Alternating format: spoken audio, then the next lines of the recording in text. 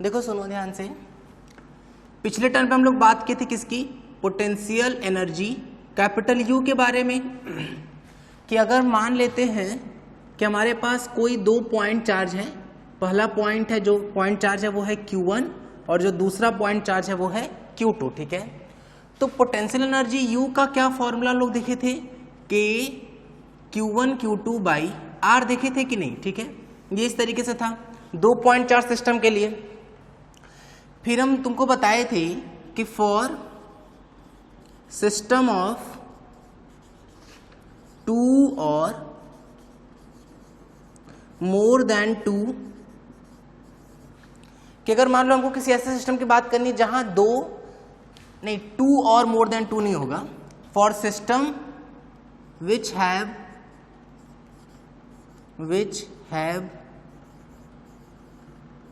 मोर than 2 charge, ठीक है। ऐसे सिस्टम की बात कर रहे हैं जिसमें दो चार्ज से ज्यादा अगर चार्जेस हैं, which have more than 2 charge, then we can find, combination हम लोग को पता लगाना था ना, then we can find combination of charge by, क्या तरीका था कि मान लेते हैं हमारे पास कितने चार्जेस हैं, n चार्जेस हैं। अगर n क्या है यहाँ पे, n अगर नंबर ऑफ चार्ज है हमारे पास, तो उसके चुनने का तरीका हम बताए थे कि NC2 लिख लो, या इसी को सॉल्व करके हम लोग क्या पाए थे, n-1/2 पाए थे। बात समझ में आ रही है कि नहीं? क्योंकि तुम ऐसे देखो, हम तुमको ये सिखाए थे कि भाई पोटेंशियल एनर्जी के फॉर्मूले में दो चार्ज हम लोग रखते हैं, तो अगर n चार्जेस होंगे, n नंबर ऑफ चार्ज होंगे, तो n चार्जेस में से हम लोग को दो को चुनना पड़ेगा कि नहीं। तो n में से दो चुनने का क्या तरीका था, NC2, ये मैथ वालों को सिखाया जाएगा परम्यूटेशन कॉम्बिनेशन में, ठीक है। तो NC2 क्या फॉर्मूला आएगा, जब तुम सॉल्व कर लोगे तो हम बताए थे कि हम लोग को इससे मतलब नहीं है, ये बहुत काम का नहीं है, बस हम तुमको ये बताए हैं कि ये कहाँ से आया है। काम का जो बात है वो है ये कि n-1/2 होता है, डायरेक्ट यूज करेंगे और नंबर ऑफ पॉसिबल पेयर लिखेंगे। हम पिछले टर्न पे तुमको 2 चार्ज का, 3 चार्ज का और 4 चार्ज का करा दिए थे कि अगर 4 चार्जेस का सिस्टम हो तो कैसे सॉल्व करते हैं, ठीक है। आज हम लोग देखो इससे आगे बात करेंगे, सुनना ध्यान से।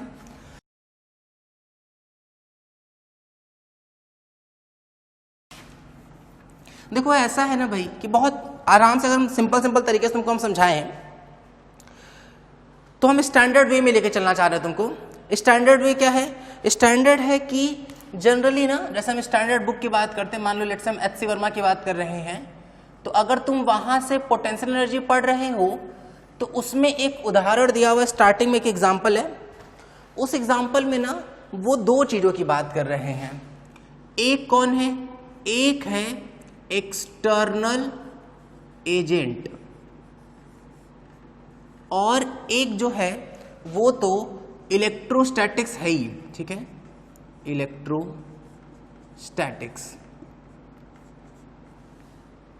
ये दोनों क्या है, ये दोनों एक तरह के ना फोर्स है, फोर्सेस की बात कर रहे हैं हम लोग। दो चीजें हो सकती हैं, जैसे देखो हम क्या समझाना चाह रहे हैं तुमको, समझाना हम ये चाह रहे हैं ना कि हम लोगों को जब भी पोटेंशियल एनर्जी का क्वेश्चन मिलेगा, पोटेंशियल एनर्जी पर बेस्ड, पोटेंशियल एनर्जी, ठीक है, जब भी इस पर बेस्ड क्वेश्चन आएगा तो देखो दो चीजें होती हैं उसमें। एक क्या है, एक है इलेक्ट्रोस्टैटिक्स फोर्स, तो होगा ही, क्योंकि भाई अगर दो चार्ज है तो उनके बीच में रिपल्सन तो हो ही रहा होगा या अट्रैक्शन तो हो ही रहा होगा, तो इलेक्ट्रोस्टैटिक्स फोर्स तो रहेगा ही। कभी कभी क्या होता है ना, उसमें एक एक्सटर्नल एजेंट बोल देंगे, ऐसे बोला जाएगा, find work done by external agent, find work done through external agent. तो इस तरह की चीजों में ना एक और फोर्स एक्स्ट्रा आ गया, तो हम दोनों फोर्स लेके चल रहे हैं, एक एक्सटर्नल एजेंट वाला और इलेक्ट्रोस्टैटिक्स वाला। देखो इसका होना तो मस्ट है, क्यों मस्ट है, पहले वो दिमाग में एकदम अच्छे से बैठा लो कि भाई अगर दो चार्ज हैं, चार्जेस के बीच में अगर कुछ डिस्टेंस है तो इलेक्ट्रोस्टैटिक्स फोर्स तो होगा ही होगा, अब या तो वो रिपल्सन का हो या तो अट्रैक्शन का हो, वो तो चार्ज के साइन पर डिपेंड कर रहा होगा। लेकिन एक्सटर्नल एजेंट हो भी सकता है, नहीं भी हो सकता है। तो यहां लिखेंगे कि ये चीज में और मे नॉट बी जीरो, ठीक है, मतलब ये जीरो भी हो सकता है और नहीं भी हो सकता है, ठीक है। अच्छा, क्या इससे कुछ क्वेश्चन पे फर्क पड़ेगा क्या? बोले हाँ, तुमको हम एक तरीका सिखा रहे हैं। इन जनरल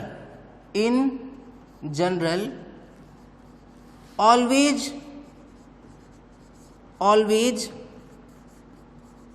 स्टार्ट विथ, देखो क्या याद रखना है तुमको, ये बहुत इंपॉर्टेंट पॉइंट है भाई, इसको ना नोट पॉइंट में एकदम अच्छे से हेडलाइन करके लिख लेंगे और स्टार लगा लेंगे। स्टार भी हम लोग को तो पता हो ही चुका है अब तक कि स्टार कहाँ तक लगाते हैं। बोले स्टार दौड़ते दौड़ते जाते हैं, अनंत तक लगाते हैं, ठीक है। तो अनंत तक स्टार लगाना बहुत इंपॉर्टेंट बात है। In general always start with WET। अब ये क्या है? WET मतलब वर्क एनर्जी थ्योरम से स्टार्ट करना है। क्या कहता था work energy theorem? Work energy theorem कहता था कि work done by all the forces equals to change in kinetic energy, ठीक है। मतलब चाहे जितने भी फोर्स होंगे सिस्टम में, उन सब के द्वारा किया गया work done change in kinetic energy के इक्वल होगा। बोले हाँ सर, ठीक है। अब सुनना, देखो दो बातें हो सकती हैं। देयर आर टू पॉसिबिलिटीज, दो तरह की पॉसिबिलिटीज होंगी। क्यों हम तुमको शुरू में बता रहे हैं ये सब कुछ, पहले ये समझ लो। ऐसे हमारे सिखाने का तरीका ये नहीं रहता है जनरली, हम तुमको क्वेश्चंस के थ्रू सिखाना चाहते हैं, बट यहाँ हम तुमको शुरू में सिखा देना चाह रहे हैं, क्योंकि ना कई सारे बच्चों को ये कंफ्यूजन होता है कि सर आप कभी कुछ और लगा दे रहे हैं, कभी कुछ और लगा दे रहे हैं। हम तुमसे ये कहना चाह रहे हैं ना कि हमेशा यही सोचना, जब भी देखो कई तरह के क्वेश्चन आएंगे, देखो क्या क्या पॉसिबिलिटी वो हम समझाते हैं। जैसे ऐसे चार्ज का सिस्टम दे देंगे, बोलेंगे बताओ कि इसको बनाने में इलेक्ट्रोस्टैटिक्स कितना वर्क डन किया। पहला क्वेश्चन हो सकता है तुमसे पूछा जाए, ऐसे सिस्टम लगा दिए चार्जेस का, बोलेंगे कि बताओ इसको बनाने में कितना वर्क डन करना पड़ा एक्सटर्नल एजेंट को। मान लो ऐसे सिस्टम दे दिए, बोलेंगे कि छोड़ दिए तो अनंत तक पहुंच जाएगा। ऐसे सोचो, जैसे मान लो कि ऐसे हम ट्रायंगल टाइप का बनाए कुछ, ऐसे मान लो ये इक्विलेटरल ट्रायंगल जैसा कुछ हम बनाए और सारे कॉर्नर्स पर हम चार्जेस को रख दिए। सोचो अगर तीनों पॉजिटिव चार्ज रखेंगे और हम सिस्टम को रिलीज करेंगे तो सब रिपेल करके इन्फिनिट पे पहुंच जाएगा कि नहीं। तो पूछा जाएगा कि बताओ इन्फिनिट पे काइनेटिक एनर्जी कितना होगा। मतलब तुमको ये समझना है ना कि बहुत तरह के क्वेश्चन पूछे जाएंगे। और क्या पॉसिबिलिटी है, जैसे मान लो कि हम एक चार्ज रखें, इस चार्ज को ऐसे फेविकोल से चिपका दें। यहाँ पे एक चार्ज हम बहुत दूर से अनंत से ऐसे धक्का दे के लेके आए तो V0 स्पीड से चलेगा। लेकिन सोचो अगर ये भी पॉजिटिव है तो ये तो रुका रहेगा क्योंकि फेविकोल से जोड़ दिए इसको। लेकिन इस पर रिपल्सिव का फोर्स लगेगा कि नहीं, और अगर रिपल्सन का फोर्स लगेगा तब तो इसकी स्पीड धीरे धीरे कम होती रहेगी कि नहीं। तो एक पर्टिकुलर ऐसा टाइम आएगा जब ये दोनों चार्ज रुक जाएंगे, तो पूछा जाएगा कि कितने मिनिमम डिस्टेंस तक ये आ सकते हैं। मतलब हम तुमको ये सिखाना चाह रहे हैं ना कि बहुत सारे क्वेश्चन आने वाले हैं, अलग अलग वैरायटी के आने वाले हैं। हम तुमको सिखाना ये चाह रहे हैं कि चाहे कोई सा भी क्वेश्चन हो, हमेशा ना यहीं से स्टार्ट करना। कितनी पॉसिबिलिटी हम वो भी तुमको समझा दे रहे हैं, लेकिन हमेशा इन general always start with this, हमेशा यहीं से स्टार्ट करना, ठीक है। 5, 6, 10, 12, 15, 20 क्वेश्चन जब तक नहीं सीख जाएंगे ना तब तक इस पर बेस्ड क्वेश्चन करेंगे, ठीक है। सुनना ध्यान से। अब देखो भाई दो तरह की पॉसिबिलिटी है। क्या पहली पॉसिबिलिटी क्या है? May be F external is zero. ऐसा हो सकता है कि एक्सटर्नल फोर्स हो ही ना। मतलब ये कैसे पता चलेगा? सिंपल तरीका है, क्वेश्चन में अगर एक्सटर्नल के बारे में कुछ बोला ही नहीं गया तो एकदम क्लियर मान लो कि एक्सटर्नल फोर्स कितना है, जीरो, ठीक है। या तो वो साफ साफ बोल ही दें। क्या बताएं हम तुमको कि पहला तरीका है कि क्वेश्चन में या तो एक्सटर्नल के बारे में कुछ बात ही ना की हो तो निश्चित तौर पर एक्सटर्नल जीरो। अगर या दूसरा क्या तरीका है? दूसरा तरीका है कि साफ साफ बोल दिया जाए कि एक्सटर्नल फोर्स इज जीरो, ठीक है। दो तरीके हैं। सोचो अगर हम यहां बात करें वर्क डन बाय ऑल की बात करें तो वर्क डन के नाम पे दो ही चीज है कि नहीं, एक तो इलेक्ट्रोस्टैटिक्स और एक एक्सटर्नल, और ये दोनों किसके इक्वल है बताओ? डेल्टा के इक्वल होंगे कि नहीं? खत्म हो गया ये। अब ये बताओ अगर एक्सटर्नल फोर्स ही जीरो हो गया तो ये क्या इंप्लाई करता है? ये इंप्लाई कर रहा है कि एक्सटर्नल के थ्रू वर्क डन भी जीरो। अरे भाई वर्क डन का फॉर्मूला क्या होता है, एफ डी कॉस थीटा। अगर फोर्स ही जीरो हो गया तो वर्क डन तो पक्के से जीरो हो गया। तो केवल बचा क्या, देन इसको स्टार मार्क कर लेते हैं, देन फ्रॉम इक्वेशन स्टार, अगर इक्वेशन स्टार से बात करें हम लोग तो एक्सटर्नल का वर्क डन कितना हो गया, जीरो। तो केवल क्या बचा, work done electrostatics equal delta के। बात समझ में आ रही है। और याद करो इलेक्ट्रोस्टैटिक्स कैसा फोर्स था, कंजर्वेटिव था, और कंजर्वेटिव के केस में वर्क डन जो होता है वो माइनस ऑफ डेल्टा यू के इक्वल होता है कि नहीं, बोले हाँ सर। इसका मतलब इसको किसके इक्वल कर देंगे, माइनस ऑफ डेल्टा यू के। रख दो, अगर हम ये चीज रखे, क्या रखे बताओ, minus delta you equal delta के। ध्यान देना भाई किसी भी चीज का चेंज क्या होता है, फाइनल माइनस इनिशियल। तो अगर हम यहां लिखें, क्या लिखेंगे बोलो, u final minus u initial, लेकिन माइनस है ना, माइनस का मल्टीप्लाई कर दोगे तो पलट पुलट जाएगा, क्या हो जाएगा, u initial minus u final equal, यहां तो सही रहेगा k final minus k initial. अगर हम इन दोनों को इधर उधर कर दें तो यहां से क्या आया बताओ, u initial plus k initial equal u final plus k final. ठीक है, तो देखो क्या हम तुमको सिखाएं भाई, क्या ये ऑलवेज अप्लीकेबल है, बोले हाँ ये ऑलवेज अप्लीकेबल, कोई कंडीशन नहीं है, क्योंकि होते ही दो तरह के फोर्स हैं। पहला केस सिंपल करने के लिए क्या होता है, पहले केस में सिंपल करने के लिए बोल देते हैं कि भाई एक्सटर्नल फोर्स है ही नहीं। तो अच्छा तुमको याद आ रहा है इसको क्या बोलते हैं, इसको हम लोग मैकेनिकल एनर्जी कंजर्वेशन बोलते हैं, MEC, मैकेनिकल एनर्जी कंजर्वेशन लगा दिए यहाँ पे। तो ये तभी लग सकता है जब एक्सटर्नल फोर्स क्या हो, जीरो। बात समझ में आ रही। अच्छा दूसरा केस क्या है, दूसरा केस है कि if F external is non zero. अगर F एक्सटर्नल नॉन जीरो हुआ तो उसका वर्क डन भी नॉन जीरो आएगा, तब तुमको यही लगाना पड़ेगा। क्या लगाना पड़ेगा, work done through electrostatics plus work done through external equals to क्या होता है, डेल्टा के। ठीक है, अब देखो, बट इन दिस सिचुएशन, ऐसा देखा जाता है ना, इन दिस सिचुएशन, अरे गड़बड़ हो रहा है क्या, रुक जाओ, इसको हटा दे रहे हैं। But in this situation delta के इज जीरो। ठीक है, बट हमेशा ऐसा नहीं है, जनरली ये बात बोल देते हैं। देखो, बट जनरली इन दिस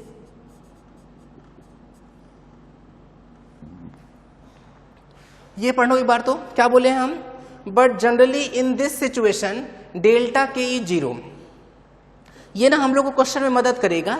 अभी फिलहाल बस तुम इस बात को समझ लो, जैसे जैसे क्वेश्चन करते जाएंगे क्लैरिटी बढ़ती जाएगी। देखो अगर डेल्टा के को हम लोग जीरो रख लें तो क्या बचा, केवल बचा है work done electrostatics plus work done external equal delta के, जबकि डेल्टा के किसके इक्वल हो गया है, जीरो के। तो बताओ यहां से वर्क डन एक्सटर्नल कितना आ जाएगा, इसको इधर ले आएंगे, minus of work done electrostatics हुआ कि नहीं, और वर्क डन तो इलेक्ट्रोस्टैटिक्स तो कंजर्वेटिव फोर्स है, तो वर्क डन बाय इलेक्ट्रोस्टैटिक्स क्या होता है, माइनस ऑफ डेल्टा यू होता है। अगर हम यहाँ माइनस डेल्टा यू रख देंगे तो माइनस माइनस प्लस आ जाएगा कि नहीं, तो ये डायरेक्ट किसके इक्वल आ जाएगा बताओ, डेल्टा यू के। बात समझ में आ रही कि नहीं, ये बहुत इंपॉर्टेंट चीज हम तुमको बोर्ड पे सिखाए हैं भाई।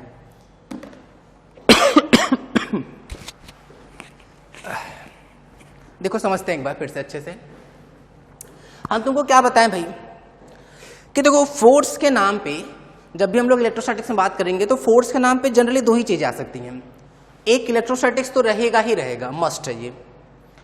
एक्सटर्नल एजेंट का वर्क डन हो भी सकता है और नहीं भी हो सकता है, मे और मे नॉट बी जीरो। हम तुमको 3-4 क्वेश्चन बताएं कि किन किन क्वेश्चंस में पॉसिबिलिटी है या किस किस तरह के क्वेश्चंस आ सकते हैं। देखो, तो हम तुमको यहाँ बताएं कि हमेशा क्वेश्चन कैसे स्टार्ट करना ना, इसी से स्टार्ट करना है, चाहे वो केस 1 होगा चाहे केस 2 होगा, दोनों बन जाएंगे इससे, ठीक है। केस 1 क्या बोले हम?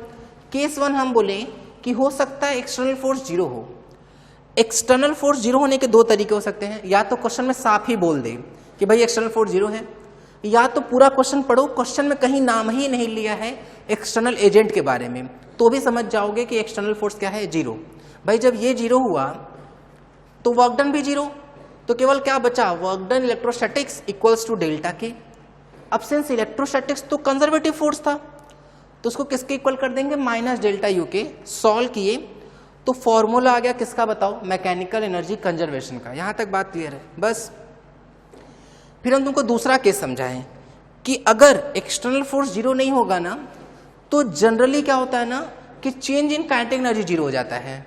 अब भाई चेंज इन काइनेटिक एनर्जी 0 होगा तो एक्सटर्नल किसके इक्वल आ जाएगा, minus of work done electrostatics के, और ये खुद माइनस डेल्टा यू के बराबर था, माइनस माइनस क्या हो जाएगा, प्लस हो जाएगा।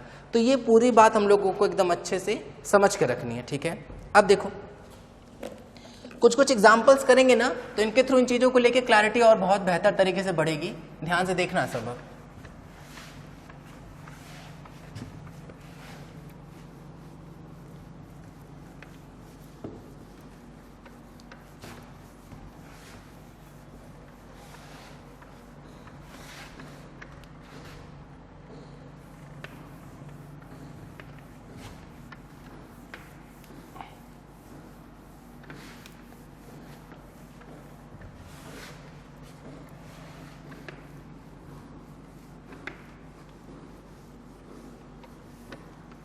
चलो देखो एग्जाम्पल से स्टार्ट कर रहे हैं। देखो ये ना एक्चुअली में जो हम कराने जा रहे हैं क्वेश्चन, ये एचसीवी का एग्जाम्पल है, उसको ध्यान से देख लो। उसमें वो लैंग्वेज के फॉर्म में बोले हुए हैं, बट हम लोग इसको फिगर के थ्रू समझ लेते हैं। देखो क्या बोला जा रहा है कि एक ट्राइंगल है। देखो यहां 3 पॉइंट चार्जेस हैं। पहला पॉइंट चार्ज है 10 माइक्रोकूलम, सेकेंड है अगेन 10 माइक्रोकूलम, और जो थर्ड पॉइंट चार्ज है वो भी है 10 माइक्रोकूलम, ठीक है। Equilateral triangle, equilateral triangle. अच्छा थोड़ा नाम कर चाहो तो कर लो इसको, ए बी और सी। अच्छा ये जो इक्विलेटरल ट्राइंगल है ना, इसका साइड दे दिया गया है ऑफ साइड 10 सेंटीमीटर, ठीक है। अब ध्यान से सोचना एक बार, अगर मान लो हम इस सिस्टम को रिलीज कर दे, कोई चिपका हुआ नहीं है, सिस्टम को छोड़ दें, तो इसको इसकी वजह से रिपल्सन फील होगा, इसकी वजह से भी इस पर रिपल्सन फील होगा, तो ये दूर चलना शुरू कर देगा, ये भी दूर चलना शुरू कर देगा, और ये भी दूर चलना शुरू कर देगा, ठीक है। जब ऐसे ऐसे दूर जाएंगे ये, तो इन्फिनाइट पे जाएगा तो फोर्स तो 0 हो जाएगा, क्योंकि बहुत दूर तक फोर्स लगता रहेगा। कितनी दूर तक, तो बोले इन्फिनाइट, एट इन्फिनाइट डिस्टेंस तक। क्यों? क्योंकि F इक्वल्स टू क्या होता है, फॉर्मूला याद करो, K Q1 Q2 upon R square होता है कि नहीं। तो जब R इन्फिनिटी होगा तो फोर्स 0 हो जाएगा। बोले इसका मतलब कि जब तक इन्फिनाइट डिस्टेंस नहीं होगा तब तक फोर्स लगता रहेगा और ये चार्जेस दूर जाते रहेंगे। इसका मतलब कि इन्फिनिटी पर तो कुछ ना कुछ काइनेटिक एनर्जी हो जाएगी, अगर केवल इलेक्ट्रोस्टैटिक्स होता तो। लेकिन यहां पे क्या बोला जा रहा है कि एक्सटर्नल एजेंट है, ठीक है। तो बोला जा रहा है क्वेश्चन देखो, if charges are moved to infinite distance, moved to infinite distance, then find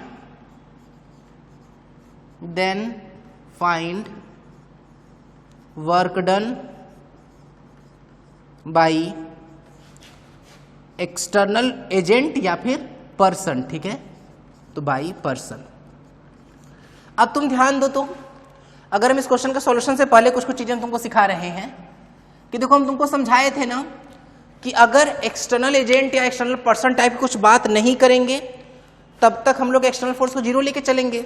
लेकिन यहां बोल दिया गया है कि work done by another person इसका मतलब कि ये जा बहुत तेज रहा होगा तो जो पर्सन है उसको खींच खींच के रखेगा इस तरह से कि इनफाइनाइट डिस्टेंस पर काइनेटिक एनर्जी ना हो।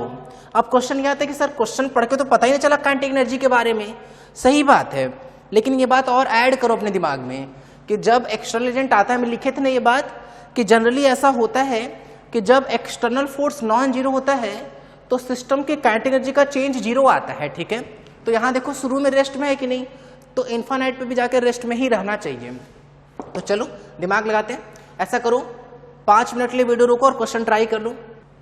ट्राई कर लिए हैं क्या? अब सुनना ध्यान से भाई, अगर हम लोग इस चीज पर फोकस करते हैं एक बार ना, सुनना। देखो तुमको क्या बताए थे कि हमेशा कैसे स्टार्ट करो, WET से ही स्टार्ट करो, फ्रॉम वर्क एनर्जी थ्योरम। सब कुछ भूल जाओ, हमेशा यहीं से स्टार्ट करो, हमेशा। ठीक है, क्या होता है भाई, work done by all equals to change in kinetic energy, ये तो जीरो। ऑल के नाम पे दो चीजें, एक है हमारे पास कौन, इलेक्ट्रोस्टैटिक्स, और एक है हमारे पास कौन, एक्सटर्नल, और ये जीरो की इक्वल तो चल ही रहा है। हम लोगों से वर्क डन बाई पर्सन पूछ रहे हैं, मतलब work done by external agent पूछा जा रहा है, तो ये किसके इक्वल हो जाएगा, minus of work done by electrostatics के इक्वल हो जाएगा। बोले हाँ सर ठीक है यहां तक। अब सुनना भाई, सोचो ये कंजर्वेटिव फोर्स है, कंजर्वेटिव फोर्स का वर्क डन किसके इक्वल होता है, माइनस ऑफ डेल्टा यू के इक्वल। माइनस माइनस प्लस, इसका मतलब कि जो work done by external agent है वो डेल्टा यू के इक्वल आ गया कि नहीं। तो बस चलो ध्यान देते हैं। अब सुनना भाई, हम लोगों को कैलकुलेट करना है वर्क डन बाई एक्सटर्नल किसके इक्वल आया, डेल्टा यू के, मतलब you final minus you initial. ठीक है, क्वेश्चन में बोल रहे हैं कि सिस्टम पहले ऐसे था, फाइनली वो इन्फिनिट पे चला जा रहा है।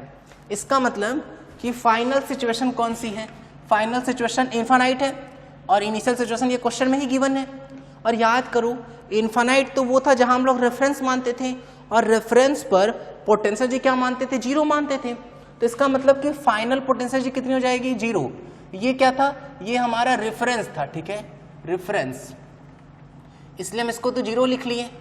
अच्छा, अब अगर हम work done by external agent ध्यान दें तो वो माइनस ऑफ यू इनिशियल आ गया कि नहीं। तो क्या हम इस सिस्टम की इनिशियल, मतलब यही सिस्टम तो इनिशियल था ना, तो क्या हम इस सिस्टम की पोटेंशियल एनर्जी लिख सकते हैं कि नहीं। बोले बिल्कुल लिख सकते हैं। थोड़ा मार्किंग कर लेते हैं, 1 2 3। बोले हाँ सर सही है। अब याद करो, अगर 3 चार्ज को हम लोग चुनते हैं तो 3 के हिसाब से 2-2 का पेयर गिन लो एक बार। क्या आएगा, 3 माइनस 1/2, ये 2 से टूट जाएगा। तो कितने पेयर बने बताओ, 3 पेयर बने कि नहीं। बोले हाँ सर ठीक है। अब अगर ये 3 पेयर बन रहा है तो तीनों लिख लो। क्या क्या पेयर बनेंगे, दिमाग लगाना, U12, U13 और U23 हो गया। तो लिख लेते हैं U12, U23 और U31। इस चीज को हम लोग तेजी से लिख सकते हैं, क्यों, क्योंकि इसकी प्रैक्टिस हम लोग पहले से करके आ रहे हैं। बोले सर ठीक है, चलो ध्यान देना। अब इस वाले पोर्शन को हटा दे रहे हैं भाई।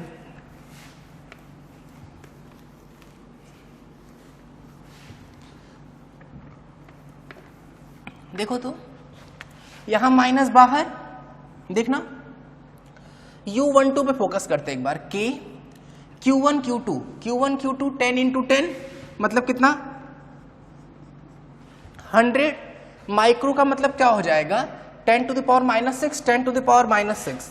तो ये कितना आ गया, 10 to the power -12 आ गया कि नहीं, अपॉन ये डिस्टेंस कितना है। बोले ये डिस्टेंस तो इक्विलेटर ट्रायंगल का साइड है, और साइड तो 10 सेंटीमीटर था, तो आ जाएगा 10/100। फॉर्मूला क्या है, K Q1 Q2/R। ठीक है, अब सोचो U23 और ये 31 भी सेम ही आएगा, तो इसको डायरेक्ट 3 टाइम्स कर सकते हैं। बोले हाँ सर ठीक है। तो देखना -3, K की वैल्यू 9 × 10 to the power 9, और इसको ध्यान दो तो ये कितना होगा, 10 to the power 2, 10 to the power -12, तो ये कितना आ गया, -10। अब इस पे ध्यान दो, 1 0 से 1 0 कैंसिल, यहाँ 10 ऊपर गया तो +1 आया कि नहीं ये। ठीक है, अच्छा अब देखो ये -27, 9 और 1 10, 10 - 10 0, तो 10 to the power 0, तो ये वैल्यू तो 1 हो गया, मतलब ये कितना आ जाएगा, माइनस ऑफ 27 जूल। बात समझ में आ रही है? तो इस तरीके से नोट कर लो इसको।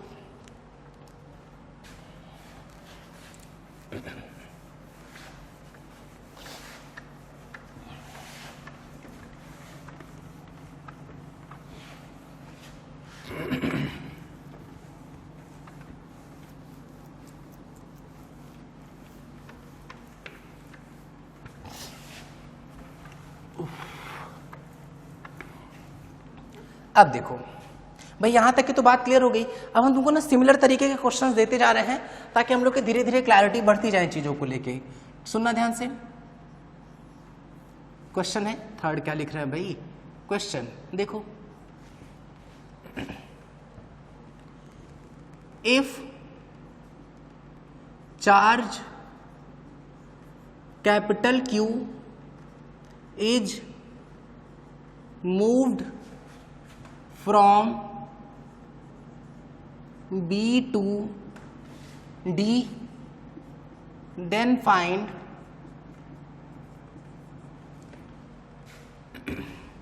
Number 1 work done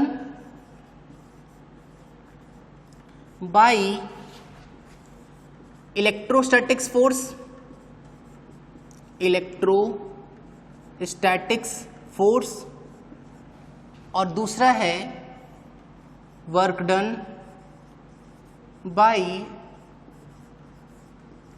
external agent. ठीक है, ये यहां गिवन है। In both case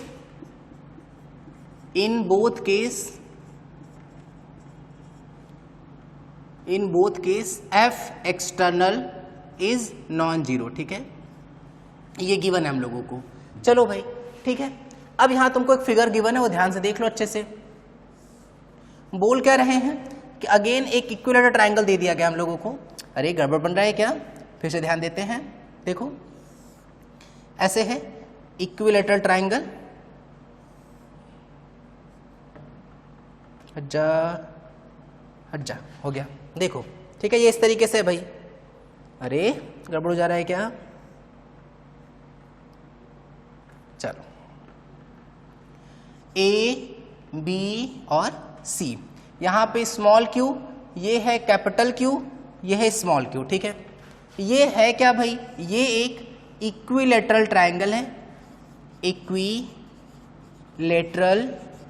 triangle. ठीक है, इसका साइड कितना दे दिया गया है? Of side small D. ठीक है, equilateral triangle of side small D. चलो भाई यहां तक तो सही है। अब ध्यान देना, क्वेश्चन ये है कि ये सर बी तो पॉइंट दिख रहा है, डी कहाँ है? तो डी जो है ना, डी ये ए और सी का मिड पॉइंट है, ए और सी का मिड पॉइंट। चलो ध्यान दो, वीडियो रोक के 5 मिनट के लिए क्वेश्चन को ट्राई कर लो अच्छे से। तो चलो ट्राई कर लिए, दिखा सुनना ध्यान से। जो हम तुमको सिखाए हैं ना, उसी बात पे एकदम स्टिक रहो, चाहे कुछ भी हो जाए। इस तरह के किसी भी क्वेश्चन को ना स्टार्ट हम लोग वर्क एनर्जी थ्योरम से ही करते हुए सॉल्व करेंगे पूरा। देखो सॉल्यूशन पे आ रहे हैं भाई।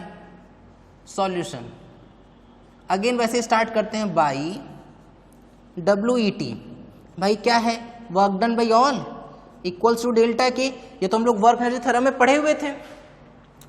दोनों के केस में अगर एक्सटर्नल फोर्स हमको नॉन जीरो लेके चलना है, भाई सीधी बात है, काइनेटिक एनर्जी जैसे कोई बात किए नहीं है, तो काइनेटिक एनर्जी का चेंज क्या कर देंगे? जीरो कर देंगे। तो कितने तरह के फोर्स हमारे पास? कितने तरह के? 2 तरह के, एक एक्सटर्नल और एक कौन? इलेक्ट्रोस्टैटिक्स। इक्वल क्या? जीरो के। बताओ वर्क डन बाई एक्सटर्नल क्या लिखेंगे? Minus of work done by electrostatics लिखेंगे क्या?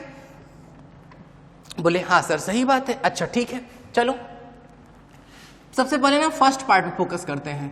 क्या पूछा गया है? वर्क डन बाई इलेक्ट्रोस्टैटिक्स पूछा जा रहा है। तो सिंपल बात है, वर्क डन बाई इलेक्ट्रोस्टैटिक्स होता क्या है? माइनस ऑफ डेल्टा यू होता है। बोले हाँ सही बात है। अब चेंज इन किसी भी चीज का चेंज क्या होता है? फाइनल माइनस इनिशियल होता है। तो अगर हम इस पे ध्यान दें, माइनस का मल्टीप्लाई कर लेंगे तो ये इनिशियल माइनस फाइनल बन गया कि नहीं? बोले हाँ सर ये भी सही बात है। अच्छा अब देखो, तुमको ना हम एक चीज पहले क्या कर रहे हैं ना, पहले हम पूरा कैलकुलेट करवा रहे हैं, फिर बाद में तुमको एक ट्रिक टाइप का सिखाएंगे और वही चीज हम लोगों को याद भी रखना है ना। देखो चलो एक बार सिस्टम का वर्क डन बाय इलेक्ट्रोस्टैटिक्स लिखना है ना, तो एक बार सिस्टम का यू इनिशियल पे ध्यान देते हैं। यू इनिशियल सोचो, बताओ ये कैपिटल क्यू चार्ज शुरू में कहाँ पे था? कैपिटल क्यू चार्ज इस बी पॉइंट पे था कि नहीं? तो हम लोग इस सिस्टम का पोटेंशियल एनर्जी लिख सकते हैं। पिछली बार ही हम लोग काउंट करके आए हैं कि जब भी 3 चार्ज होगा तो टोटल नंबर ऑफ कॉन्फ़िगरेशन तो 3 बनेंगे। बोले हाँ सर सही है। अब समझते हैं इस चीज को ना। देखो चलो बारी बारी लिखना शुरू करते हैं। इस वाले करेस्पॉन्डिंग लिखेंगे तो क्या आएगा? के small Q capital Q upon ये डिस्टेंस कितना है? डी। इसके इसके बीच का लिखेंगे तो भी यही आएगा कि नहीं?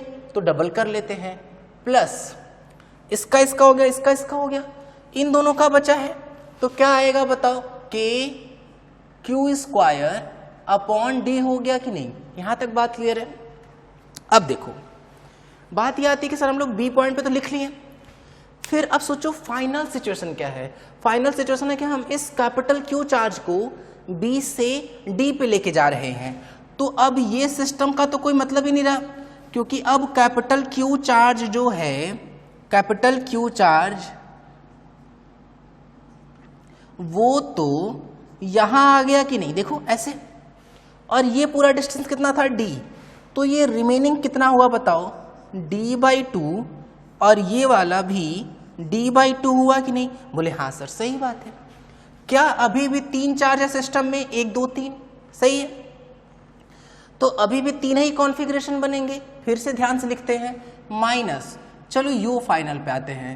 क्या लिखेंगे? के small Q capital Q, small Q capital Q upon distance कितना?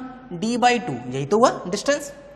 इस वाले के लिए लिखेंगे तो अगेन वही चीज, तो 2 टाइम्स कर लेते हैं, फिर प्लस इन दोनों के लिए लिखेंगे तो के क्यू स्क्वायर अपॉन डी हुआ कि नहीं?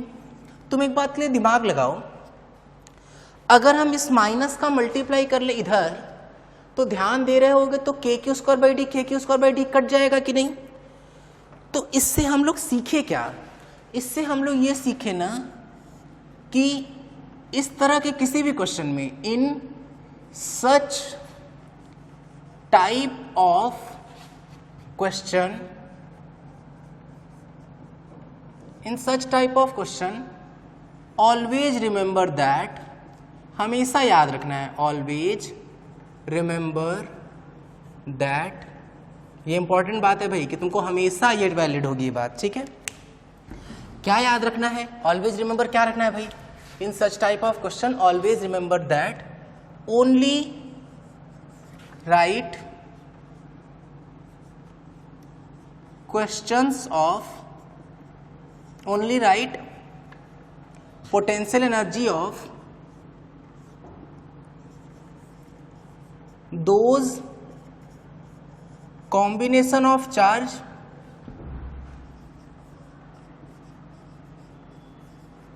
which changes its position।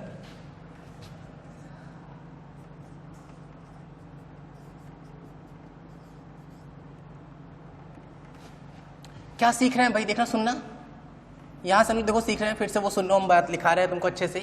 क्या बोले कि इस तरह का कोई सा भी क्वेश्चन आएगा जिसमें हम लोग चार्ज को मूव कराते हैं, बहुत सारा क्वेश्चन आएगा कि जैसे मान लो ऐसा रहेगा, ट्रायंगल है, बढ़ा के तीनों को दूर कर देंगे तो उसमें तीनों का लिखना पड़ेगा।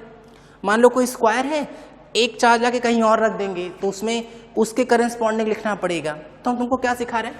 सबका नहीं लिखना है, क्योंकि देखो सबका लिखोगे तो कट जाएगा कि तुम्हारे दिमाग में आ सकता है कि सर ये तो आसान बात है, क्यों ऐसा कर रहे हैं। यहाँ हम तुमको नया कॉन्सेप्ट बस इसलिए सिखा रहे हैं ना कि ये तो ट्रायंगल था, यहाँ तो 3 ही चार्ज हुए तो कॉम्बिनेशन कम बने, लेकिन मान लो अगर स्क्वायर होता तो जो कॉम्बिनेशन टोटल बनते वो 6 बनते कि नहीं? तो भाई अगर 2-4 कम लिखना पड़ा तो बहुत फर्क पड़ेगा ना, हम लोग को टाइम बहुत बच जाएगा। इसलिए हम तुमको ये बात सिखा रहे हैं। क्या सिखा रहे हैं वो पढ़ना है इसको। In such type of question always remember that only write potential energy of those combination of charge in which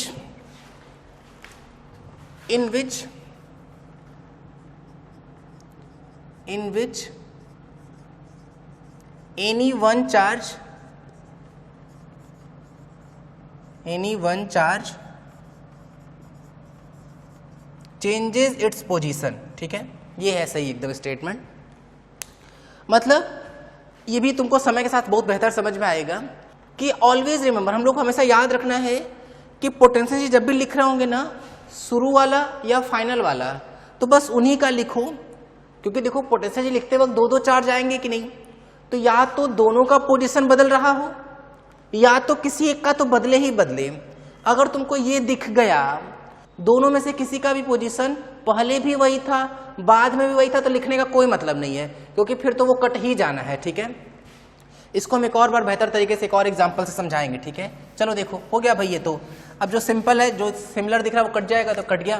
क्या आएगा बताओ, देखो 2k/q/d माइनस, देखो ये ऊपर जाएगा 2 2 4 4k/q/d माइनस कर देंगे तो ये आंसर कितना आ जाएगा, -2q/d।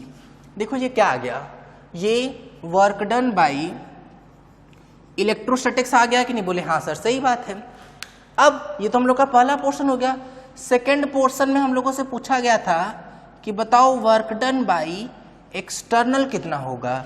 तो जो वर्क डन बाई एक्सटर्नल था वो तो minus of work done by electrostatics आया था, देखो यहाँ पे, यहाँ आया था। तो भाई वर्क डन बाई इलेक्ट्रोस्टैटिक्स तो पता चल चुका है, इसके आगे अगर हम एक और माइनस लगा दें तब तो ये माइनस प्लस हो जाएगा, कितना आ जाएगा 2k/q/d। बात समझ में आ रही है? तो ये इस तरीके से नोट कर लो बेहतर तरीके से सब कुछ।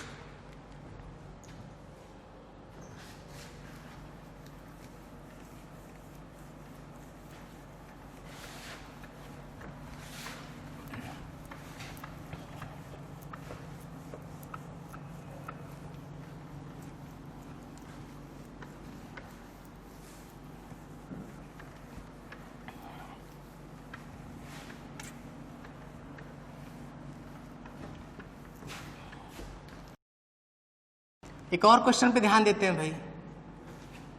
Find work done by number 1,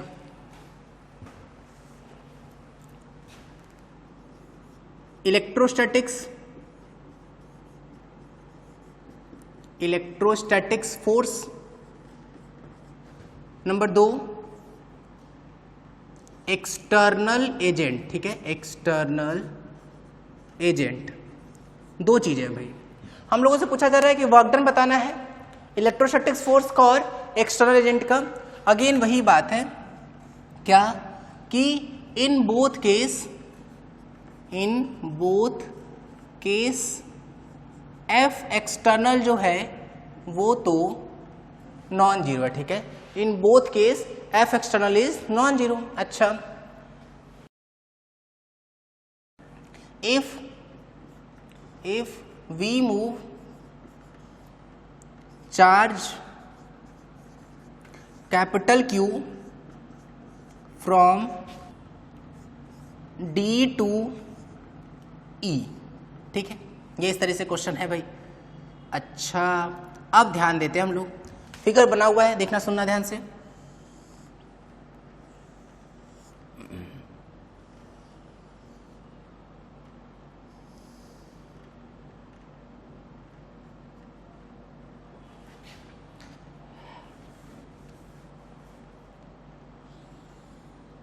अब देखो, ये रहा A, ये रहा B, ये रहा C, ये रहा D, ठीक है।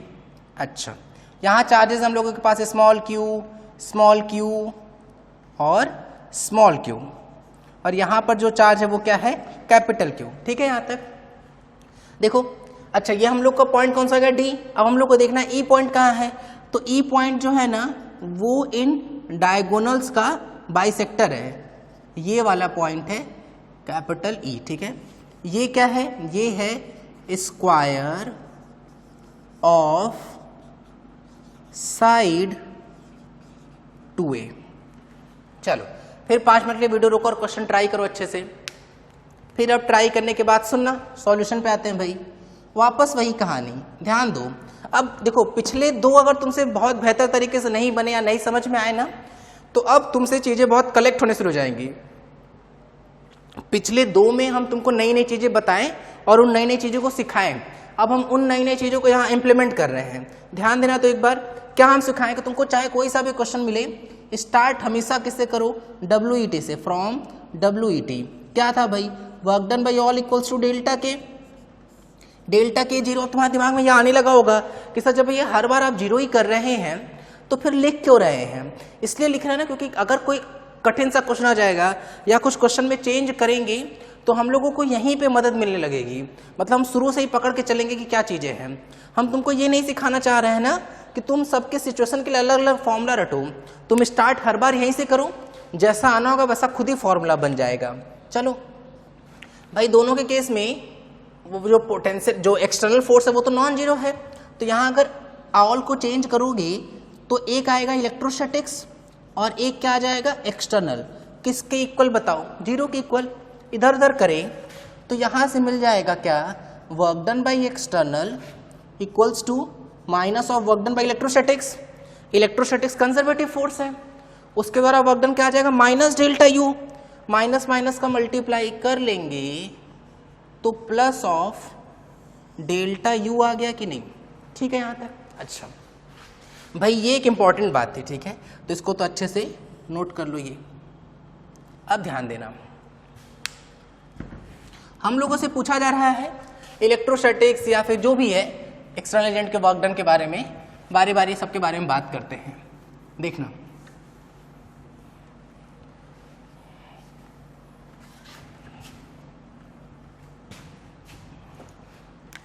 पहली सिचुएशन भाई, हम लोगों से बोला गया है कि बताना है वर्क डन बाई इलेक्ट्रोस्टैटिक्स कितना होगा। ठीक है, चलो शुरू करते हैं। वर्क डन बाई इलेक्ट्रोस्टैटिक्स, भाई वर्क डन बाई इलेक्ट्रोस्टैटिक्स किसके इक्वल होता है? Work done by electrostatics minus of delta U के इक्वल है, और माइनस का मल्टीप्लाई कर लेंगे तो इनिशियल माइनस फाइनल बन गया। बोले हाँ सही है यहाँ तक। अच्छा अब देखो, तो जो हम तुमको सिखाए थे ना वो बात यहाँ यूज में आएगी। अब अगर मान लो किसी बच्चे को जो समझ में नहीं आया तो पिछला स्टेटमेंट, अब वो यहाँ से इस चीज को बहुत बेहतर तरीके से सीख सकता है। देखना, अब बात करते हैं किसकी, यू इनिशियल की। सोचना तो, इनिशियल सिचुएशन क्या आती है, हम लोग चार्ज को कहाँ से कहाँ लेके जा रहे हैं बताओ, डी से ई पर लेके जा रहे हैं कि नहीं? तो इनिशियल सिचुएशन तो बनी हुई है फिगर में ऑलरेडी। अब ध्यान दो, तो अगर कितने चार्जेस है, 1 2 3 4, 4 चार्जेस हैं अगर, तो अगर पेयर हम बनाए तो 4 माइनस 1/2। तो अगर ध्यान दे रहे हो तो ये पेयर जो सॉल्व करने पा रहा है वो 6 आया, मतलब टोटल 6 पेयर बनने वाले हैं। तो ध्यान देना, तो 6 पेयर्स एक साथ में ना। तुम ना ये वाला सिचुएशन भी इमेजिन करते रहो कि फाइनली कैपिटल ई कहाँ आने वाला है, यहाँ पे आने वाला है। इससे थोड़ा फायदा मिलेगा, हम लोग आगे यूज करेंगे इसको। चलो शुरू करते हैं, पहले यू इनिशियल की बात करते हैं। क्या लिखेंगे, के, बारी बारी सब लिखना ना। देखो तो इसको करते हैं पहले इन दोनों का, तो कोई छूट ना जाए। अगर तुमको ऐसा डर लग रहा है कि सर कोई छूटे नहीं, तो 1 2 3 4 करके मार्किंग कर लेते हैं। चलो 1 2 लिखते हैं पहले। क्या आएगा, के क्यू क्यू अपॉन साइड कितना है 2a, ये हो गया। फिर क्या हो गया हम लोग का, u12 हो गया। अब u13 क्या आएगा, के क्यू स्क्वायर अपॉन 2a आ गया। अब इस पे आओ, अगर हम लोग ध्यान दें अगला, तो फिर क्या आएगा, के क्यू स्क्वायर बाई 2a, तो ये 2 टाइम्स कर लेते हैं इसको। फिर इसका क्या आएगा, बोले ये आ जाएगा 2 4 जो आएगा वो कितना आ गया, के क्यू क्यू बाई 2a। तो ये चीज भी 2 टाइम्स हो गया कि नहीं? अगर तुम बहुत बेहतर तरीके से देख रहे हो तो हम लोग 4 पेयर लिख चुके हैं। कौन कौन सा पेयर हो गया देखो, हम वो लिखते हैं। एक हो गया हम लोग का u12 हो गया प्लस u, और देखो किसका किसका पेयर हो गया हम लोग का, u1 और 3 का हो गया, 1 3 प्लस u। अगर तुम बहुत बेहतर तरीके से देख पा रहे हो क्यू की वजह से, तो u24 भी हो गया, प्लस इसका भी हो चुका क्या, u34। अब देखो कौन कौन सा बचा है, एक बचा है 1 4 का 4 के साथ, वो कितना आएगा बताओ, के क्यू स्क्वायर अपॉन, ये डिस्टेंस कितना है, ये डिस्टेंस क्या स्क्वायर का डायगोनल है कि नहीं, बताओ ये कितना है 2a, ये कितना है 2a। अगर तुम्हें याद हो तो जो डायगोनल होता है, डायगोनल वो तो साइड रूट 2 होता है, तो साइड है कितना 2a, तो जो डायगोनल होगा वो साइड रूट 2, मतलब आ जाएगा कितना 2√2a, ठीक है, ऐसे हो गया। प्लस u14 हो गया हम लोग का, देखो 5 पेयर हो गए, ठीक। बचा कौन सा वो देख लेते हैं, बचा है हम लोगों का, बताओ कौन सा, u23, ये तो ये भी क्या आएगा, ये आ जाएगा k/q3, अगेन डायगोनल, डायगोनल तो 2√2a है, ये हम लोग का क्या मिल गया u इनिशियल। चलो अब बात करते हैं किस पे, u फाइनल पे, ठीक है, हटा रहे हैं इसको, सुनना ध्यान से।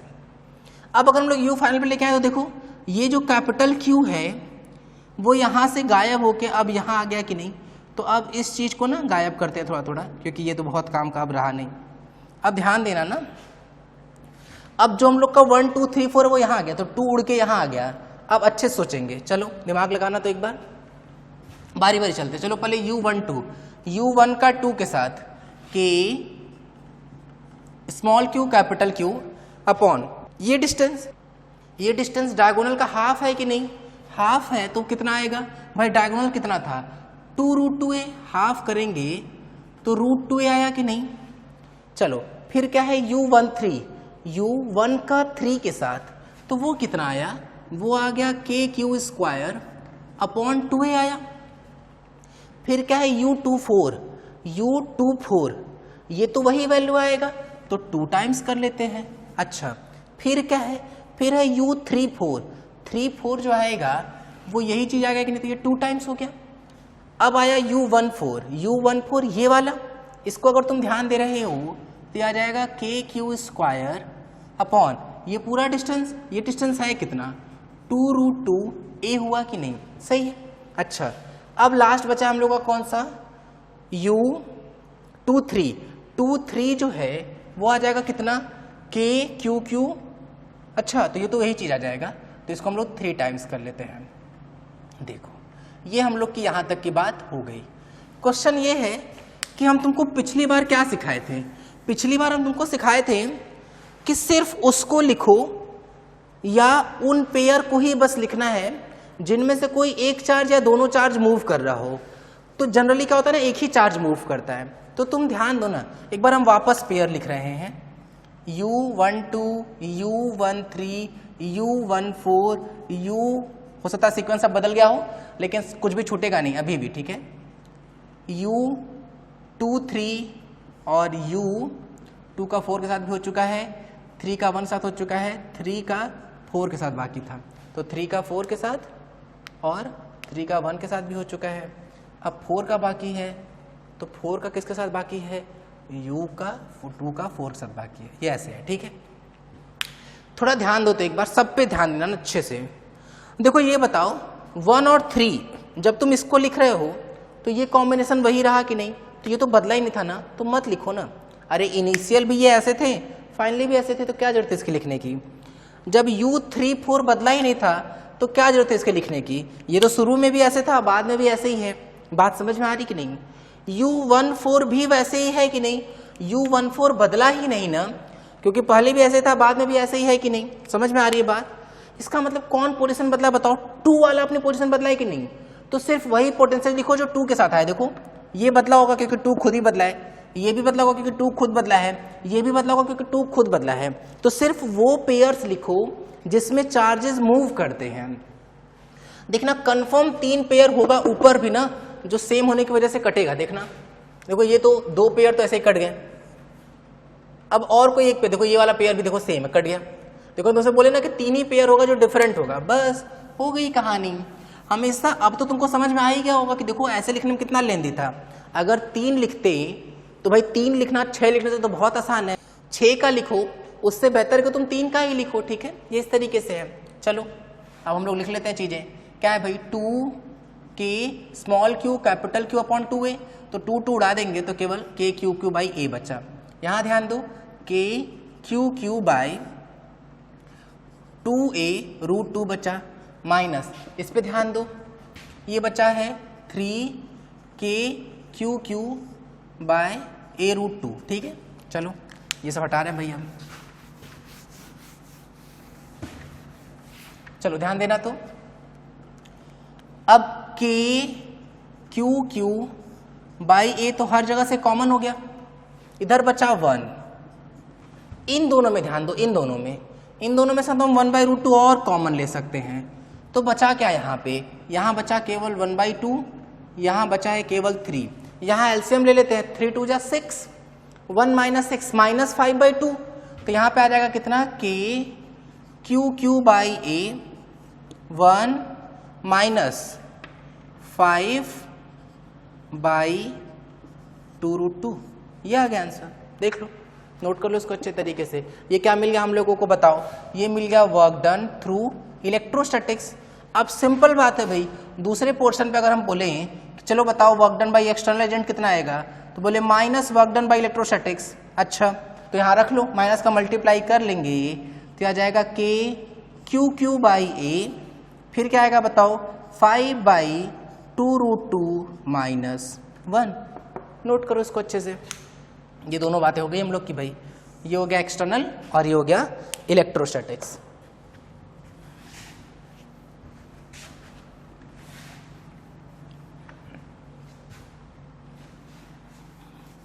चलो देखो, एक्चुअली में ना देखो ऐसी ही चीजें हैं भाई, जितनी ज्यादा हम लोग क्वेश्चन करते जाएंगे ना उतने बेहतर तरीके से क्लैरिटी बढ़ती जाएगी। कम क्वेश्चन करोगे तो जल्दी जल्दी भूल सकते हैं हम लोग, इसके चांसेस बढ़ते जाएंगे। ठीक है, थोड़ा अलग है, लेकिन अगर तुम बेहतर समझने की कोशिश करोगे ना तो पुरानी चीजों का ही एक दोबारा यूज करना, बस ऐसे समझ लो, कुछ बहुत अलग भी नहीं है। चलो एक आधा और करते, दिमाग लगाना अच्छे से। देखना तो फिर एक question, when we move capital Q charge from E to F, then find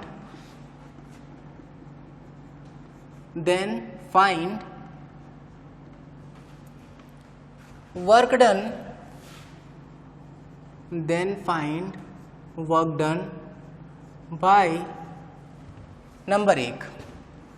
first है एक्सटर्नल एजेंट और सेकंड है इलेक्ट्रोस्टैटिक्स। ठीक है, electrostatics.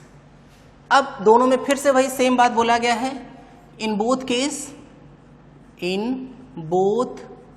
Case F vector external is non zero. ठीक है, दोनों के केस में है। अच्छा, थोड़ा एक बार फिगर बना लेते हैं, चलो दिमाग लगाते हैं भाई। देखना तो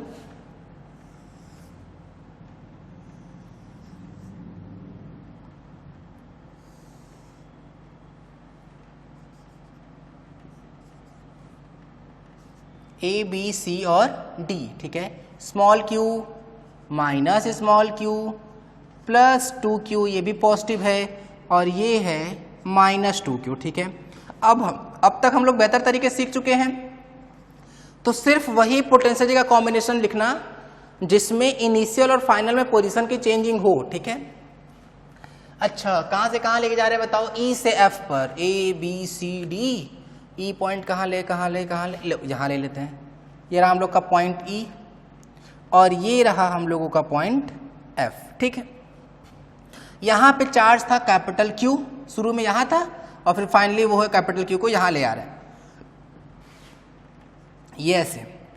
अब ये जो ना, ये भी ए बी का मिड पॉइंट है, ये जो है वो बी सी का मिड पॉइंट है, और ये खुद एक स्क्वायर है, square of side 2a again. ठीक है, 2a का साइड है। अब ये अपनी तरह का हम तुमको आखिरी क्वेश्चन करा रहे हैं, क्योंकि अब इस पे प्रैक्टिस हम लोग बेहतर तरीके से सीख चुके हैं, तो ऐसा क्वेश्चन अब आखिरी है। ठीक है, बहुत सारे क्वेश्चन मिलेंगे तुमको बहुत सारे बुक्स में, तो बेहतर तरीके से उसको प्रैक्टिस करना। तुमको एससी वर्मा में भी कुछ क्वेश्चंस मिल जाएंगे इस पर बेस्ड, तो ध्यान से उसको भी ट्राई करते चलो साथ में। तो ये ऐसे वर्क डन पूछा जा रहा है एक्सटर्नल एजेंट का और इलेक्ट्रोस्टैटिक्स का, दोनों में एक्सटर्नल फोर्स 0 है, E to F, और स्क्वायर ऑफ साइड क्या दे दिया गया है, 2a दे दिया गया है। चलो फिर से वीडियो रोको 5 मिनट के लिए और क्वेश्चन ट्राई कर लो ढंग से, तो सॉल्यूशन, फिर उसके बाद हम सॉल्यूशन बताते हैं। चलो चलो ट्राई कर लिए क्या, देखना सुनना, फिर से वैसे स्टार्ट करते हैं फ्रॉम WET। अगेन वही बात कि भाई work done by all equals to क्या आ जाएगा बताओ, चेंज इन काइनेटिक एनर्जी। अच्छा फिर दो तरह के फोर्स है केवल, एक कौन सा बताओ, एक्सटर्नल, और एक कौन सा है बताओ, इलेक्ट्रोस्टैटिक्स। किसके इक्वल, डेल्टा के और change in kinetic energy zero, क्योंकि काइनेटिक एनर्जी की कोई बात की ही नहीं है। तो अगर तुमसे पूछें कि चलो बताओ वर्क डन बाई एक्सटर्नल आएगा कितना, तो बोले minus of work done by electrostatics, और वर्क डन बाई इलेक्ट्रोस्टैटिक्स होता क्या है, minus of delta U, minus minus तब प्लस आ जाएगा कि नहीं, तो यहाँ पे कितना आ जाएगा, प्लस ऑफ डेल्टा यू। ठीक, तुमको अगर ये हम तुमसे फिर से बोल रहे हैं वही बात कि अगर तुमको ऐसा लग रहा है कि सर ऐसा क्यों लिख रहे हैं बार बार, क्योंकि हर बार तो यही चीज कर रहे हैं, तो हम इस टर्न पे तो तुमको नहीं सिखा पाएंगे, नेक्स्ट टर्न पे तुमको बताएंगे ना आते ही अच्छे तरीके से कि ऐसा जरूरी नहीं है भाई कि चेंज इन काइनेटिक एनर्जी हमेशा जीरो। जैसे सोचो ना एक बार कि मान लो एक ट्राइंगल होता, तीनों जगह तुम पॉजिटिव चार्ज रखते, मान लो कि हम हाथ से कोई फोर्स नहीं लगा रहे हैं, सिर्फ इलेक्ट्रोस्टैटिक्स लग रहा है, तो वो दूर भागता कि नहीं, दूर भागता। तो सोचो शुरू में सिस्टम रेस्ट में छोड़े थे कि नहीं हम, फिर थोड़ी देर बाद तुम देखते तो चार्जेस दूर मिलते कि नहीं, तो वो सबके पास कुछ ना कुछ काइनेटिक एनर्जी आ चुकी होती कि नहीं, और अगर काइनेटिक एनर्जी आ चुकी होती तो फिर चेंज इन काइनेटिक एनर्जी तब जीरो नहीं होता। तो ऐसा जरूरी नहीं है कि हर बार change in kinetic energy zero हो। तो उस केस में मैकेनिकल एनर्जी कंजर्वेशन लगाते हैं वो अलग बात है, लेकिन कैसे उस पर पहुंचते हैं, कई बार बच्चे कंफ्यूज होकर हम लोग से पूछना शुरू कर देते हैं कि सर आप वर्क एनर्जी थ्योरम कब लगाते हैं, मैकेनिकल एनर्जी कंजर्वेशन कब लगा रहे हैं। अरे भाई एक ही चीज है, तो हर बार तुम ना इसी से जाओ, हर बार 1-2 मिनट या हमें लगता है 10 सेकंड या 5 सेकंड का डिफरेंस आएगा, लेकिन इससे तुमको बेहतर ये होगा कि तुम किसी चीज को लेकर रट नहीं रहे होगे, हमेशा तुम इससे जाओगे। अगर मैकेनिकल एनर्जी कंजर्वेशन आना होगा तो वो भी आ जाएगा, और इस बेसिस पे जाना होगा तो ये तो आ ही रहा है। ठीक है, तो ख्याल रखो हर बार अप्रोच ऐसे ही रखेंगे। ठीक है भाई, हम तुमको ये बात सिखा चुके हैं कि हमेशा तुमको एकदम अच्छे से रट के रखना है कि भाई कहाँ से कहाँ जा रहा है, E to F, और हमेशा तुमको जो रटना है वो क्या है, रट के रखना है कि केवल उसी का पोटेंशियल एनर्जी लिखो जिसकी फाइनल और इनिशियल सिचुएशन में पोजीशन क्या हो रही हो, चेंज हो रही हो। चलो ध्यान देना भाई, फर्स्ट की बात करते हैं। पूछा जा रहा है कि work done by external agent कितना होगा, तो सोचो work done by external agent होता क्या है, work done by external agent होता है डेल्टा यू की equal you final minus you initial. लेके कहाँ से कहाँ जा रहे हैं, इसको हम लोग E से F लेके जा रहे हैं कि नहीं। तो तुम ध्यान दो ना, जो बाकी चार्जेस हैं कैपिटल Q को हम लेके जा रहे हैं यहाँ से यहाँ, बाकी इन चारों का कॉन्फ़िगरेशन वही रहने वाला है कि नहीं। तो देखो क्या चेंज होगा वो समझना। कैपिटल Q वाले को वजह से पहले लिख लो एक बार, देखो क्या लिखते हैं, पहले फाइनल लिखना है ना, तो फाइनल मतलब F पर आ चुका है, हटाओ इसको, F पर बनाओ कैपिटल Q को। अगर हम इन दोनों को देखें तो याद करो पोटेंशियल एनर्जी में चार्ज साइन के साथ रखना पड़ता है कि नहीं, तो चलो पोटेंशियल एनर्जी में चार्ज साइन के साथ रखते हैं, क्या आएगा, माइनस के small q capital Q upon A, क्योंकि साइड 2A था, ये हो गया, बड़े ब्रैकेट में इसको बंद कर देते हैं। फिर इसको देखो, अगर हम इसको देखें तो क्या आएगा, minus 2k q small q capital Q upon A, यही आ रहा है क्या। अच्छा चलो अब ध्यान देना थोड़ा सा और ना, बताओ ये वैल्यू कितनी है, ये वैल्यू कितनी है, ये वैल्यू तो 2A है। बताओ ये वैल्यू कितनी है, ये वैल्यू तो A है। तो बताओ ये वैल्यू कितनी आएगी, बोले सर ये तो राइट एंगल ट्राइंगल दिख रहा है, ये कितना था 2A, ये कितना था A। तो अगर हम इस पे फोकस करें तो ये √4A² प्लस A² मतलब A√5 आया कि नहीं। जब A√5 आया तो रखो, देखना ध्यान से, क्या आएगा, plus k small q capital Q upon, ये डिस्टेंस कितना है, ये डिस्टेंस है A√5। ठीक है, यहाँ तक की कहानी। बोले सर ठीक है, अच्छा चलो, अच्छा ये इसका हो गया, क्या सिमिलरली इसका भी डिस्टेंस वही रहेगा कि नहीं। बोले हाँ सर सिमिलरली वही डिस्टेंस रहेगा, तो उसको भी लिख लेते हैं। क्या आएगा बताओ, 2k small q capital Q upon A√5। यहाँ तक की बात क्लियर है। ये क्या हो गया, फाइनल पोटेंशियल एनर्जी हो गया। ठीक है, चलो अब इनिशियल लिखना शुरू करते हैं। ऐसे ही इनिशियली था कहाँ, बोले इनिशियली तो वो कैपिटल ई पर था, यहाँ से उड़ा दे रहे, यहाँ तो है एफ, लेकिन वो तो फाइनल सिचुएशन थी। अब यहाँ कैपिटल क्यू है ना, अब ध्यान देना। चलो इन दोनों का लिखते हैं। जब हम लोग इन दोनों का लिखेंगे तो क्या आएगा कि capital Q small q by a. याद रखो पोटेंशियल एनर्जी में चार्जेस को साइन के साथ रखते हैं। यहाँ रखेंगे तो क्यू माइनस में है तो माइनस आ जाएगा, कितना के small Q capital Q by a. ठीक, अच्छा क्या इससे डिस्टेंस, इस वाले से डिस्टेंस अगेन डबल ही होगा, मतलब वही होगा कि नहीं, कितना a√5 ही होगा। देखो ना, अरे ये डिस्टेंस अभी कितना बताओ, ये डिस्टेंस 2a है कि नहीं, और ये डिस्टेंस a है कि नहीं, तो ये अगेन वैसे तो निकालोगे ना, देखो ये भी तो वही आएगा। बोले हाँ सर, और ये वाला भी वही आएगा। ठीक है, तो देखो लिखते हैं, क्या लिखेंगे बताओ, plus of 2k small Q capital Q by a√5। देखो ये वाली वैल्यू सही है क्या। अच्छा इसके हिसाब से लिखोगे तो भी वैसा ही कुछ आने वाला है, कितना आएगा -2k small Q capital Q by a√5। ठीक है यहाँ तक। अच्छा ये इससे कैंसिल हो रहा खुद ही, ये इससे भी कैंसिल हो रहा है क्या, बोले हाँ तो कैंसिल हो गया। अच्छा अच्छा अच्छा, अब यहाँ ध्यान दो तो क्या ये दोनों ऐड हो जाएंगे, बोले हाँ अब ये दोनों ऐड हो रहे हैं, इसको हटा रहे हैं भाई, नोट करते चलो ना सब कुछ साथ में। तो ये दोनों तो ऐड हो गया, कितना आ गया -3k small Q capital Q by a. यहाँ ध्यान दो तो 2 और 1 3 हो गया कि नहीं, तो +3k small Q capital Q upon a√5। ठीक, ये हम लोग का क्या निकाल रहे हैं हम लोग, work done by external agent.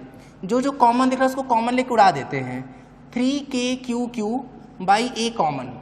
पहले ना इसको लिख लेते हैं, क्या आएगा 1/√5 -1। ये आ गया हम लोग का, क्या बताओ, work done by external agent. ठीक है, ये ऐसे। चलो अब हम लोग क्या कैलकुलेट कर लेते हैं, वर्क डन बाई इलेक्ट्रोस्टैटिक्स। तो वो किसके इक्वल था, देखो तो उधर जाएगा तो माइनस लग जाएगा कि नहीं, तो वो भी minus of work done by external के इक्वल था। तो अगर यहाँ माइनस लगा दे तो ये आगे पीछे हो जाएगा, क्या आएगा बताओ, 3k small Q capital Q by a, 1 - 1/√5 आ जाएगा। क्लियर हो रही है बात। चलो यहाँ तक बस करते हैं, बाकी नेक्स्ट टाइम हम तुमको सिखाएंगे कि काइनेटिक एनर्जी पर बेस्ड क्वेश्चंस को कैसे करेंगे। ठीक है, बस करो। वीडियो पसंद आया तो इस वीडियो को लाइक करें, हमारे चैनल फिजिक्स बिहाइंड एवरीथिंग को सब्सक्राइब करें और इस चैनल को सभी के साथ शेयर करें।